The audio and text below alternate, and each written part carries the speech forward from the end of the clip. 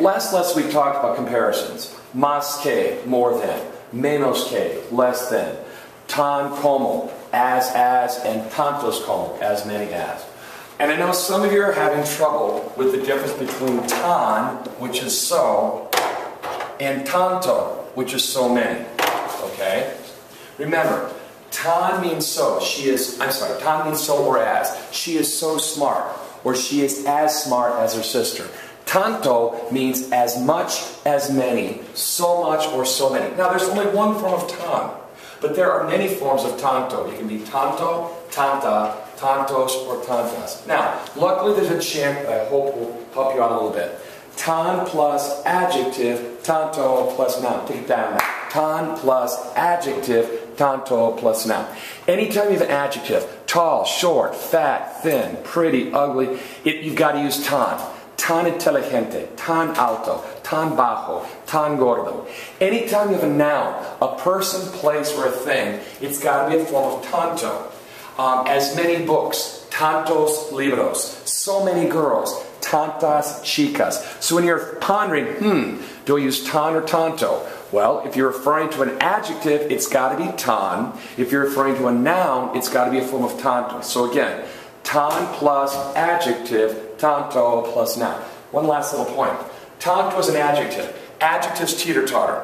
Alright? So, if you're saying so many girls and chicas ends in an AS, you're going to use tantas chicas. If you're saying so many libros, libros ends in an OS, tanto is going to turn into tantos. So, tan never changes, tanto changes a lot. Number one, the girl is so smart. Well, what's the word for so? Tan. La chica es tan inteligente. As a double check, what part of speech is smart? It's an adjective. What has to go in front of adjectives? Tan. The girl is so smart. La chica es tan inteligente. Number two, the boys are so short. What's the word for so? Tan.